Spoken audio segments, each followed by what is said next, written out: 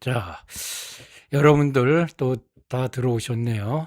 자, 쌍대 개념을 통한 경제학 연습. 자, 오늘은 수요의 법칙과 수요 곡선을 대비시켜서 공부해 보기로 하겠습니다. 뭐 대비된다기보다 이제 이렇게 대응되는 그런 개념이 되겠죠. 왜냐하면 이제 수요의 법칙은 수요 곡선으로 표현되기 때문인데, 즉 수요 곡선이 이렇게 우리가 이제 이미 다 알고 있죠. 가격, 여기가 이제 수량이 되면 어떤 상품에 대한 수요 곡선은 우하향하죠. 우하향.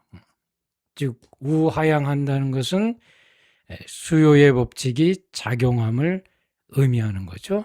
그래서 이러한 우리가 수요 곡선이라는 약도를 보면은 그것은 바로 수요의 법칙을 의미하는구나. 이게 바로 알아야 된다는 거죠. 자, 먼저 또 문제를 제시하면, 자, 다음 중 수요의 법칙과 수요 곡선의 관계에 대해서 그 설명으로 가장 옳은 것은, 자, 수요의 법칙에 따르면 가격이 상승하면 수요량도 증가하므로 수요 곡선은 우상향한다. 자, 수요의 법칙에 따르면 가격과 수요량은 같은 방향으로 변함으로 수요 곡선은 수직선이 된다. 자, 수요의 법칙에 따르면 다른 조건이 일정할 때 가격이 상승하면 수요량이 감소하므로 수요 곡선은 우하향한다. 자, 수요의 법칙에 따르면 소득이 증가하면 수요량이 감소하므로 수요 곡선은 우하향한다. 수요의 법칙은 가격 변화와 관계없이 수요 곡선 자체가 이동하는 현상을 설명한다. 자, 우리 수강생 여러분들은 이미 답을 다 하셨을 것으로 믿습니다. 자, 이 문제를 풀기 위해서는 시장에서의 가격 결정 원리를 먼저 염두에 둬야 되겠고, 그 다음에 수요의 법칙, 수요 곡선, 그 다음에 수요의 법칙이 성립하는 이유에 대해서 이해를 해야 되겠습니다. 자, 시장에서의 가격 결정 원리, 이미 다른 동영상에서 강조했듯이 이걸 염두에 둬야 된다는 얘기죠. 자, 왜냐면 오늘 수요의 법칙과 수요 곡선 이렇게 대응되는 개념을 얘기할 때는 바로 이 가격 결정 원리, 즉 수요와 공급이 만나는 곳에서 가격이 결정된다. 이 원리 중에서 바로 이 수요 곡선 뒤에 깔려 있는 스토리를 얘기하는 거죠. 그걸 비하인드 스토리죠.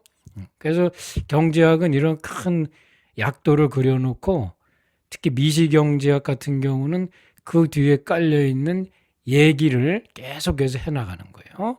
그래서 먼저 이걸 염두에 둬야 돼요. 자, 수요의 법칙은 다른 사정이 일정할 때 가격이 상승함에 따라 수요량이 감소하는 현상이죠. 가격이 올라가니까 어때요? 수요량이 55, 35, 10개 이렇게 감소하죠. 이렇게 감소하는 그런 현상이죠. 특히 다른 사정이 일정하다는 것은 뭐 소득이라든가 다른 사정들, 여건들은 일정하다고 했을 때 이렇다는 얘기예요. 이게 변하면은 수요의 법칙은 성립하지 않는다. 그런 논리도 알고 있어야 되겠습니다. 자, 이 수요의 법칙을 그래프로, 그림으로 표현한 것이 수요 곡선, 즉 디맨드 커브죠. 그래서 수요 곡선은 이렇게 아까 그 데이터를 우리가 적용해 봤을 때 이렇게 점들로 지금 찍히는데, 이 점들을 연결한 선이 바로 수요 곡선이 되는데, 수요 곡선의 모양은 어떻습니까? 우하향하죠. 즉 반비례 관계에 있는 거죠. 가격이 떨어지면은 수요량은 증가하는 거죠. 반대면 또 반대겠죠. 가격이 올라가면 수요량은 어때요? 감소하겠죠. 이렇게 감소하게 돼요. 자, 이게 수요 곡선이에요. 자, 여기까지는 이미 다 우리가 알고 있는 사실인데 오늘은 특별히 그러면 여기 이제 나오네. 수요 곡선이 우하향하는 것은 수요 법칙이 성립된다는 것을 보여주죠. 자, 오늘은 수요 곡선이 우하향하는 이유. 즉 이것은 뭐죠? 수요의 법칙이 성립하는 이유. 자, 이유가 뭐가 있겠습니까? 자, 한번 곰곰이 생각해 보시죠. 자, 우리 수강생 여러분. 자, 수요의 법칙이 성립하는 이유가 뭐예요? 즉 수요 곡선이 우하향하는 이유가 뭐겠습니까? 즉 가격이 떨어지면 햄버거의 가격이 떨어지면 그 햄버거의 수요량이 왜 증가하게 되죠? 많은 학생들이 그 가격이 싸지니까 이거는 뭐예요? 토톨로지죠? 정확한 설명이 가격이 싸지면 왜 증가하냐 이렇게 물었을 때 그 대답으로서 그냥 가격이 싸지니까 이렇게 대답하면 논리상 안 맞죠? 그래서 여기에 대해서 우리는 왜 그런가 분명히 알 필요가 있어요. Because of 뭐 이런 식으로 그 미국 학생들은 because 뭐 이렇게 이유를 많이 대잖아요. 우리도 이렇게 이유에 대해서 정확히 얘기하는 것이 중요한데, 자, 첫 번째는 자, 이게 세 가지로 설명할 수 있어요. 먼저 세 가지를 다 여기 보면은 이상의 세 가지 이유 중에 어느 하나로도 설명이 가능해요. 그렇지만 차원은 다르죠. 뭐 초등학생이나 중학생한테는 이렇게 설명하는 것이 더 편리하죠. 왜냐하면 가격은 소비자들에게 장애물이다. 이렇게 얘기하면 그런 그 초등학생, 중학생은 뭐 이해가 바로 쉽게 되죠. 예를 들어서 뭐 백화점에서 바겐세일한다. 할인 행사한다. 그러면은 사람들이 막 몰려가요. 왜 그렇겠어요? 백화점 앞에 있는 장애물, 그렇죠? 가격이라는 장애물을 낮췄기 때문에 막 뛰어들어가는 거죠. 이렇게 이제 설명할 수 있어요. 소비자한테는 obstacle, 장애물이다. 그 다음에 두 번째는 이 경우는 이제 고등학교나 이제 대학교 초급 이런 데서 이제 설명할 수도 있죠. 뭐 중학생한테도 설명해도 금방 이해되는 거죠. 한계 효용 체감의 법칙이에요. 자, 예를 들어서 햄버거의 가격이 자, 한번 보세요. 가격이 낮아지면 더 오른다. 그 이유를 한계유형 체감의 법칙으로 설명하는데, 자, 한계유형 체감의 법칙은 자, 이것은 뭐냐면 예를 들어서 햄버거를 처음에 먹었을 때는 배고플 때 먹었을 때 그 한계 효용, 추가적인 효용이 굉장히 크다는 얘기죠. 근데 두 번째 또 먹으라고 할 것 같으면은 물론 효용은 증가하지만 그 추가적인 한계 효용은 처음보다 작아지고, 세 번째는 더 작아지고, 네 번째는 더 작아지고, 나중에는 마이너스가 될 수도 있대.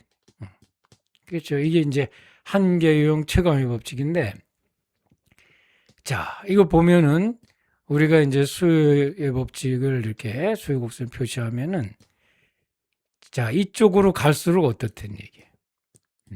구매를 해서 사용할수록 한계 효용이 감소한다는 얘기예요. 그러면 그 중요도가 떨어진다는 얘기죠. 추가적으로 자꾸. 그러면 추가적으로 그 중요도가 떨어지게 되면 어때요? 그 대가로 지불하려는 가격도 뭐야? 같이 떨어져야죠. 즉 중요도가 한계 효용이 자꾸 이쪽으로 갈수록 감소하기 때문에 그 대가로 지불하는 가격도 역시 같이 떨어져야 된다. 자, 여러분들 직관적으로 이해가 되죠? 이 정도만 알면 됩니다. 여기서는. 자, 그 다음에 이제 세 번째, 물론 이건 대학에서 또 고등학교 수준에서도 얘기를 하는데, 자, 이 가격 효과죠. 예를 들어서 가격이 떨어졌어요. 수요 곡선인데 가격이 떨어져요. 그러면 수요가 어떻게 돼요? 증가하죠. 그럼 이걸 갖다 우리는 뭐야? 가격 효과라 그래요. 자, 근데 이 가격 효과는 두 개로 구성되어 있는데 하나는 대체 효과고 하나는 소득 효과라는 거죠. 자, 예를 들어서 자, 햄버거 가격이 이렇게 떨어졌다 이거죠. 떨어지게 되면 두 개의 효과가 나타나는데 하나는 대체 효과예요. 자, 이게 떨어졌죠? 이게 떨어졌어요. 자, 햄버거의 가격이 햄버거가 H로 하죠. 떨어졌어요. 자, 그런데 다른 상품, 뭐 짜장면의 가격은 그대로 있다. Y라고 할까요? 짜장면짜. 이건 그대로 있다 이거죠. 그러면 어떻게 되겠어요? 짜장면 가격은 그대로 있는데 햄버거 가격이 떨어지니까 상대적으로 이 가격이 싸게 느껴지죠. 그래서 옛날에는 짜장면 먹던 사람들이 햄버거를 먹게 된다는 거죠. 그게 이제 햄버거의 수요량이 증가. 이게 바로 이제 대체 효과죠. 대체 효과. 자, 두 번째는 소득 효과인데, 자, 예를 들어서 소득 효과. 자, 볼까요? 자, 소득을 M이라고 하죠. 그러면 여기 지금 햄버거 가격이 떨어졌어요. 자, 그러면 만약 이게 자기 소득이 10만 원인데 햄버거 가격이 10,000원이다. 10만 원인데 그렇죠? 여기 0이 하나 더 붙어야 되네. 10만 원인데 햄버거 가격이 10,000원이다. 그러면 어떻게 되겠어요? 10개를 사 먹을 수 있었는데 만약에 이 햄버거 가격이 5,000원으로 떨어졌다. 그럼 이게 20개를 사 먹을 수 있죠. 그렇죠? 가격이 떨어졌는데 소득은 그대로인데도 10만 원인데 어떻게 됐어요?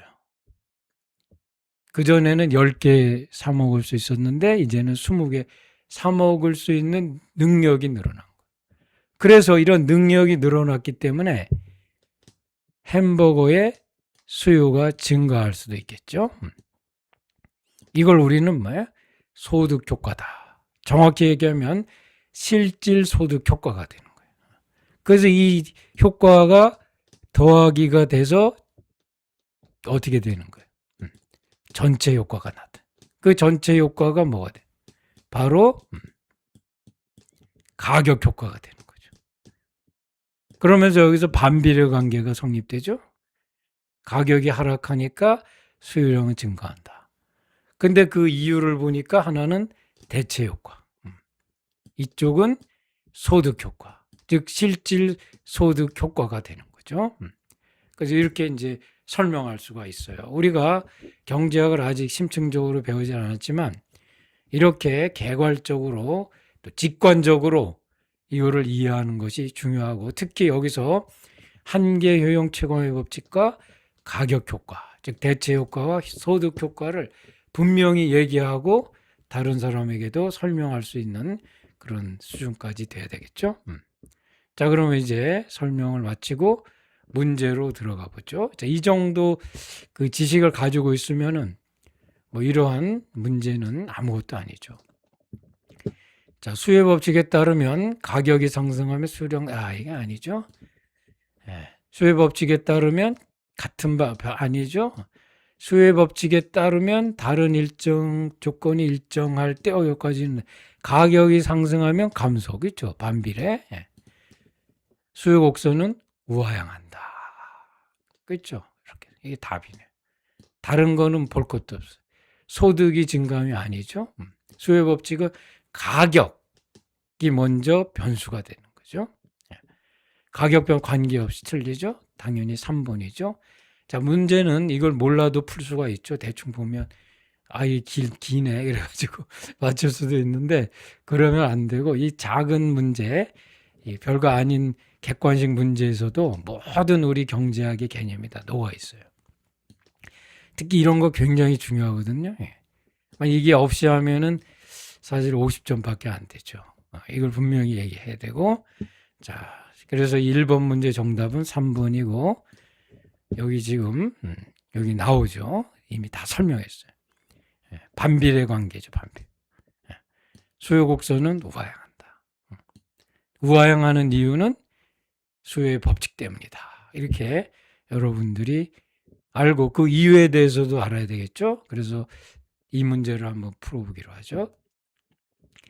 다음 중 수요의 법칙이 성립하는 이유로 가장 적절한 것은, 자, 1번 소득이 증가함이 아니죠. 재화의 가격 상승은 뭐 부추긴다 이게 아니죠. 재화의 가격이 하락하면 소비자의 실질 소득이 증가하고 다른 재화에 비해 상대적으로 저렴해져서 수요량이 증가하기 때문에. 그래 여러분들이 딱 이것만 이거는 소득 효과고 이쪽은 뭐죠? 이거는 대체 효과구나. 대체 효과, 소득 효과. 이걸 바로 알 수가 있어요. 정답은 3번이죠. 한계요용 체증이 아니라 뭐죠? 체감의 법칙 때문이다. 여기 체감의 법칙 때문이다 그러면 3번과 5번이 답이 되죠. 이거는 잘못됐죠. 재화의 가격이 상공이는 아니죠. 다른 주소가 달라요. 주소가. 주소가 이거는 어디예요? 수요가 아니라 공급 사이드에서 하는 얘기죠. 공급 곡선. 자, 3번이 답이고 다른 조건이 일정할 때 가격이 상승하면 수요량이 감소하고 가격이 하락하면 수요량이 증가한다. 이는 뭐야? 주로 소득 효과와 대체 효과로 설명할 수 있다. 주로 그렇단 얘기예요. 한계용체 감의 법칙으로도 설명할 수가 있는 거죠. 이거는. 자, 그래서 마지막으로 한마디 더 덧붙이면 수요 법칙이 깨지는 경우도 있습니다. 수요 법칙이. 즉 수요 곡선이 우상향하는 경우도 있어요. 이 경우는 예를 들어 만유인력의 법칙이 깨진다. 이 정도로 굉장히 중요한 문제죠. 이런 경우도 있는데 그 경우는 이제 소비의 외부성이 있거나 그 다음에 기펜제의 경우는 그렇다. 그렇죠? 그래서 아닌 경우에 대해서도 이제 알게 되면 이 수요 이론은 거의 완벽하게 이해하는 거다 이렇게 볼 수 있고 기펜제나 그 다음에 다른 문제 그 외부성 이런 거는 뒤에서 다루기로 하겠습니다. 자, 오늘은 여기까지 마치고 다음에 또 다른 그 주제로 대비되는 개념으로 만나보도록 하겠습니다.